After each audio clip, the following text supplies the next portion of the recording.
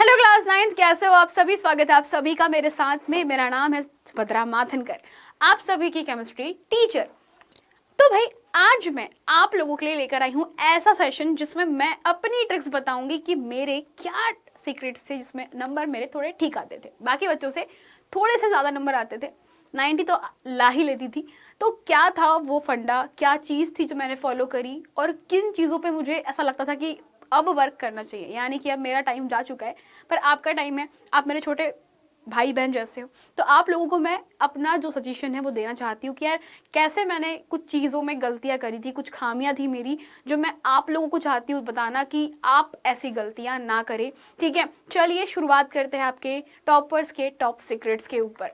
तो टॉपर्स जो है, जिनको मैंने नोटिस करा, उनके बहुत सारी डिफरेंट चीज़ें होती जो एक एवरेज बच्चे में नहीं होती है। हम उनको पहले डिस्कस कर चुके हैं एक दो बारी, वापस से मैं आप बताऊंगी फिर से। सबसे पहले बात करते हैं बच्चा, जो पॉइंट होता है, टॉपर्स जो होते हैं वो ऑलवेज अपने सिलेबस को बहुत अच्छे से एनालाइज करते हैं।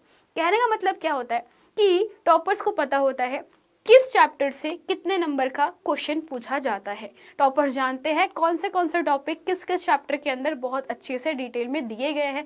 टॉपर्स को ये पता होता है कि हमारे जो टॉपिक है कौन से इंपॉर्टेंट है और कहाँ से सबसे ज़्यादा नंबर के क्वेश्चन पूछे जाते हैं। ये सभी स्किल्स टॉपर को अलग बनाती है नॉर्मल बच्चे से। नॉर्मल बच्चे को पता ही नहीं होता कि सब्जेक्ट में कौन से चैप्टर से कौन सा क्वेश्चन बन सकता है। तो ये जो डिफरेंस आप लोग देख रहे हो, ये बहुत बड़ा ह्यूज डिफरेंस होता है। तो जो मैंने अपनी क्लास 10th में सीखा था, मैंने क्लास 9th में ओवरकम नहीं किया था, इससे मैंने क्लास 10th में ओवरकम किया था कि यार मुझे सिलेबस को एनालाइज करना पड़ेगा कि मेरे पास में टॉपिक कौन से होते हैं। हमें प्रॉपर ध्यान देना पड़ेगा कि यार हमारे पास में कौन से टॉपिक है, किस टॉपिक से हमें पढ़ना है।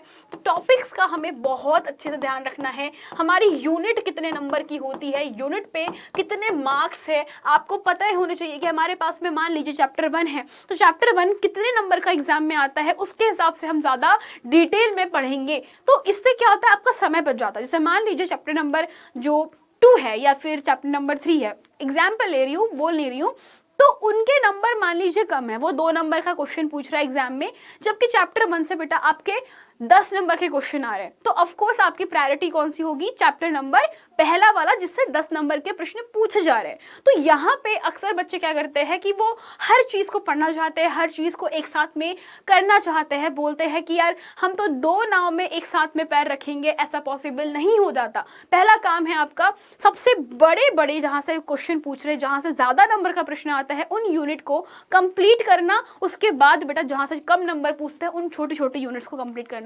ये सबसे मतलब सरल तरीका होता है नंबर्स गेन करने का। फिर बात करते हैं बेटा self study is the key. Yes, कोई भी टॉपर बच्चा किसी और टीचर के ऊपर डिपेंडेंट नहीं होता।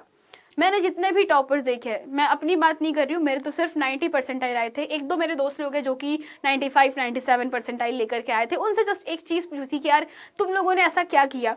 तो उनका एक चीज़ था कि यार हम लोगों ने most of the time self study की थी, टीचर से ज़्यादा खुद पे हम लोगों ने ट्रस्ट किया था। दैट इज द डिफरेंस कि टीचर का काम पढ़ाने का होता है, गाइड करने का होता है, उसको फॉलो करना, उस पर इम्प्लीमेंट करना, वो सारा काम हमारा होता है, यानी कि आप बच्चों का होता है। एज अ टीचर बेटा मैं आपको वो हर एक पॉसिबल चीज देना चाहती हूँ जो एक विद्यार्थी को चाहिए, परंतु अगर मैं आपको अपना नॉलेज विजडम दे रही हूँ तो क्या आप उसका यूज कर पा रहे हो, क्या उसको आप अपनी डेली लाइफ में इम्प्लीमेंट कर पा रहे हो। अगर नहीं कर पा रहे हो तो फिर कैसे करोगे पढ़ाई, कैसे करोगे किसी टॉपर से कंपटीशन। तो यार यही वाला चीज होता है कि आपको उसके लिए पहले खुद पे काम करना पड़ेगा।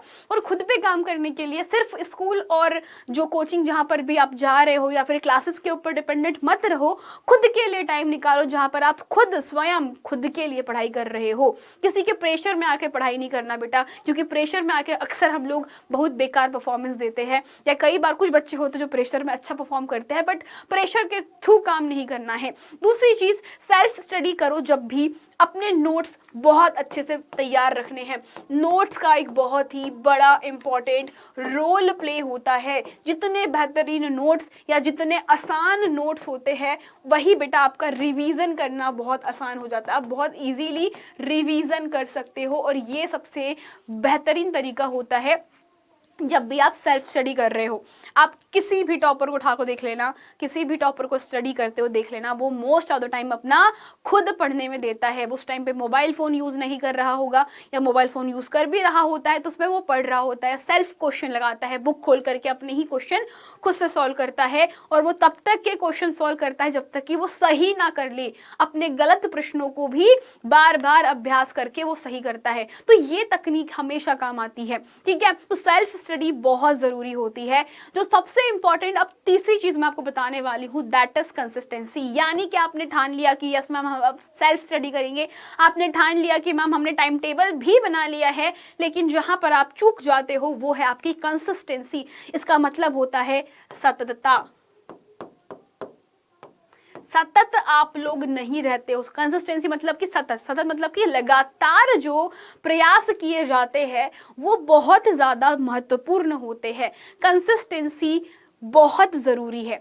मतलब अगर आप दिन में 3 घंटे भी पढ़ रहे हो और 3 घंटों में आपका मन नहीं लगा और फिर आप सोच रहे हो कि यार आज पढ़ लिया है, आज मैंने 3 घंटे पढ़ाई करी, कल वल नहीं करूँगा, परसों नहीं करूँगा, फिर मन करता है कि यार आज पढ़ लेता हूँ, तो इसको बोलते हैं ब्रेक्स। इनको बोलते हैं ब्रेक लग जाना। तो कंसिस्टेंसी क्या है? कंसिस्टेंसी कहती है कि भले ही आप 4 घंटे मत पढ़ो, आप 1-1 घंटा पढ़ो और हर दिन पढ़ो। तब आप जो लर्न करते हो, जो चीजें सीखते हो, वो टोटली डिफरेंट लेवल पर होगी, बिल्कुल ही अलग लेवल पर होगी, और वो नॉलेज आपको बहुत काम आने वाला है। परंतु अगर आप लोग एक दिन में बिल्कुल 8 घंटे पढ़ाई करते हो, अगले दिन बोलते हैं यार कल तो 8 घंटे पढ़ा था, आज नहीं पढ़ने का मन कर रहा, कल तबीयत खराब हो गई थी, परसों के दिन हम नानी के घर चले गए थे, एक दिन मैम हमारा पेट खराब हो गया था, और ये सारे बहाने दे करके आप पढ़ाई पे फोकस ही नहीं कर रहे हो, तो ये बिल्कुल भी गलत, मतलब सही नहीं है, पूरी तरीके से गलत है। कंसिस्टेंसी होना बहुत ज़रूरी होता है और उसे मेंटेन करने के लिए बहुत सारी विल पावर चाहिए होती है आपको। आपका जो भरोसा होता है खुद के ऊपर, जो ट्रस्ट है, वो बढ़ाना पड़ेगा आपको। पहली चीज़ तो ये कि अपने आप पे स्ट्रिक्ट हो जाओ, सेल्फ डिसिप्लिन लेकर के आओ, अपना जो कहता है ना कि अनुशासन है उसको मेंटेन करके रखो। अगर नहीं करोगे तो फिर कैसे उस लेवल पे पहुंचोगे जहां पर तुम सोच रहे हो। हर बच्चे का सपना होता है कि यार 90+ नंबर तो आए, लेकिन 90+ लाने के लिए उतनी मेहनत भी करनी पड़ती है, और वो मेहनत करने का तरीका जो है वो सही होना चाहिए, वरना मेहनत भी गलत दिशा में हो जाती है, और गलत दिशा में मेहनत जो होती है बेटा, उसके फल जब नहीं मिलते तो बहुत दुख होता है। तो वो काम आपको नहीं करना है। फिर बात करते हैं सबसे इंपॉर्टेंट चीज, and that is question practice. Question practice करना बहुत जरूरी। जैसे मैंने सेल्फ स्टडी की बात करी, तो सेल्फ स्टडी के साथ साथ आपको क्वेश्चंस ही लगाने हैं। क्वेश्चंस लगाना मतलब कि जैसे मान लो मैंने आपको कोई टॉपिक पढ़ाया है, तो थ्योरी में ना पढ़ते हुए उसको आप क्वेश्चंस लगाइए। इसमें आपकी रीडिंग एंड राइटिंग दोनों प्रैक्टिस होनी चाहिए। Reading practice and writing practice, दोनों में क्या रिलेशन है इसके बारे में डिस्कस कर लेते हैं। रीडिंग और राइटिंग मतलब कि आपको पढ़ना भी है, आपको लिखना भी है। यहाँ पर आपका सबसे महत्वपूर्ण जो एम यानी उद्देश्य होना चाहिए, और वो यह है कि हमें चीज़ों को याद भी करना है, एंड हमें हमारी जो स्पीड है लिखने की, जो हमारे पास में जो स्पीड है उसको इंक्रीज करना है। राइटिंग स्पीड इंक्रीज करना बहुत ज़रूरी होता है किसी भी बच्चे के लिए। अगर वो सच में किसी एग्जाम की प्रिपरेशन कर रहा है, सच में अगर वो किसी कॉम्पिटिटिव एग्जाम की तैयारी कर रहा हो, या फिर वो चाहे अपने बोर्ड्स की तैयारी कर रहा हो, आपको क्या करना है, अपनी राइटिंग स्पीड को हमेशा इंक्रीज करना है। इससे आपको ही फायदा है, इससे आपका समय बचता है। दूसरी चीज़ कि आप कम समय में सोच करके बहुत अच्छा लिख सकते हो, और इससे नंबर भी अच्छे मिलते हैं। बहुत बड़ी बड़ी लाइन फेंकने से ज़्यादा अच्छा होता है कि कम परंतु सटीक प्रश्न का उत्तर लिखें। आपको प्रश्न में हमेशा पूरा नंबर मिलेगा। एंड सबसे इंपॉर्टेंट चीज़, सेल्फ एनालिसिस। सेल्फ एनालिसिस होता है खुद अपना टीचर बन जाओ। बेटा आपको जज करने के लिए कोई नहीं आने वाला। सबसे अच्छा अगर कोई अपने आप को जज कर सकता है तो वो होते हैं हम खुद। मतलब कि अगर मुझ में कुछ खामी है, मुझ में कुछ परेशानी है, कुछ प्रॉब्लम है, तो हमको खुद ही देखना पड़ेगा। आपको कोई आपके पेरेंट्स, टीचर, कोई दोस्त लोग नहीं बताएंगे, बड़े भाई बहन लोग नहीं बताएंगे। आपको खुद से देखना है कि मैं कहाँ गलती कर रहा हूँ, मैंने क्वेश्चन में क्या प्रैक्टिस में गलती कर दी, मैंने कौन सा ऐसा चीज़ था जो कि रॉन्ग किया जिससे मेरा क्वेश्चन का आंसर गलत हो रहा है, मैंने ऐसा क्या किया जिससे मुझे चीज़ें याद नहीं हो रही, क्या कोई नई ट्रिक है क्या मैं कुछ इस चीज़ को ऐसे तैयार कर सकता हूँ क्या। ये चीज़ में हमारे बच्चे बहुत ज़्यादा बिछड़ते हैं। ये वाला पॉइंट इतना इंपॉर्टेंट पॉइंट है जहाँ पर कोई अपने ऊपर काम नहीं करता, and that is your self analysis. Self analysis जो होता है उसमें आपको अपनी ही गलतियां निकालनी है। अक्सर हम अपने आप को ही बहुत अच्छा मान लेते हैं कि यार नहीं मैं तो बहुत अच्छा हूँ, मैं तो प्रो हूँ, मेरे को तो आता है, मेरे को तो आता है, मेरे को तो आता है। और जो मेरे को आता है वाला जो चीज़ होता है वो आपको बहुत जल्दी से डुबा भी ले जा सकता है। रीज़न क्या होता है कि हम कभी भी 100% सही नहीं हो सकते, हम 99% हो सकते हैं, हम 95% हो सकते हैं, परंतु हम 100% सही नहीं होते। तो उसके लिए जो वो 1% क्यों सही नहीं हुआ, वो कहाँ गलती करी है, उसको पता लगाओ, उस पर काम करो और फिर आगे बढ़ो। यही तो हमारा उद्देश्य होना चाहिए। एक विद्यार्थी जीवन का सबसे बड़ा काम ही होता है कि उठो, मेहनत करो और आगे बढ़ो। ठीक है।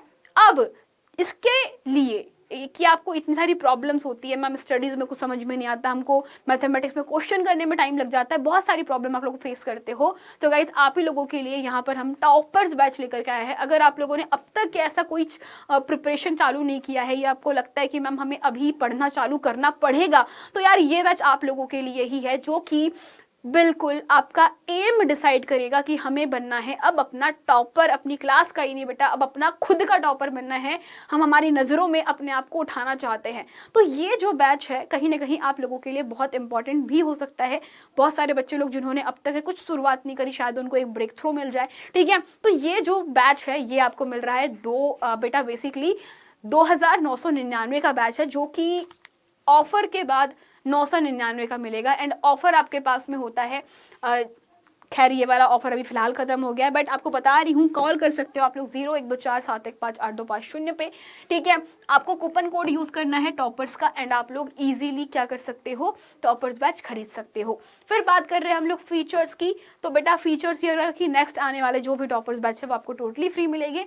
ये रही आपकी टीचर्स की सबसे मजबूत टीम। टीचर्स में आपके अमित सर सामाजिक विज्ञान, रुचि मैम भौतिक विज्ञान, पूजा मैम जीव विज्ञान, सुभद्रा मैम यानी कि मैं केमिस्ट्री पढ़ाऊंगी, mathematics Loken sir, Puja Sharma ma'am English, and Amit Verma sir गणित आपको पढ़ाएंगे।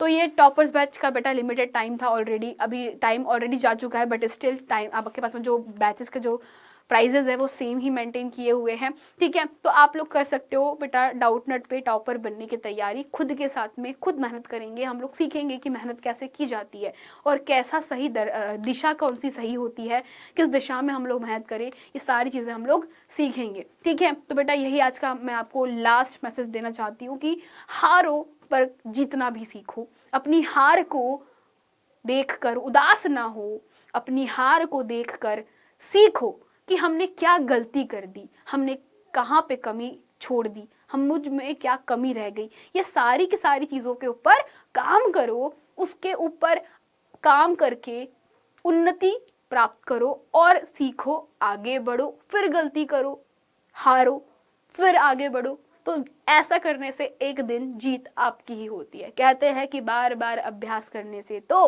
पत्थर पे भी रस्सी के द्वारा निशान पड़ जाते हैं, और इसी प्रकार से बार बार प्रयास करने से मूर्ख भी विद्वान बन जाता है। तो आप क्यों नहीं। इसी के साथ में आज को बच्चा आप लोगों में थैंक यू सो मच बोलती हूँ। दैट सेड बच्चा, thank you so much, and in सभी बातों को ज़रूर फॉलो कीजिएगा। ठीक है।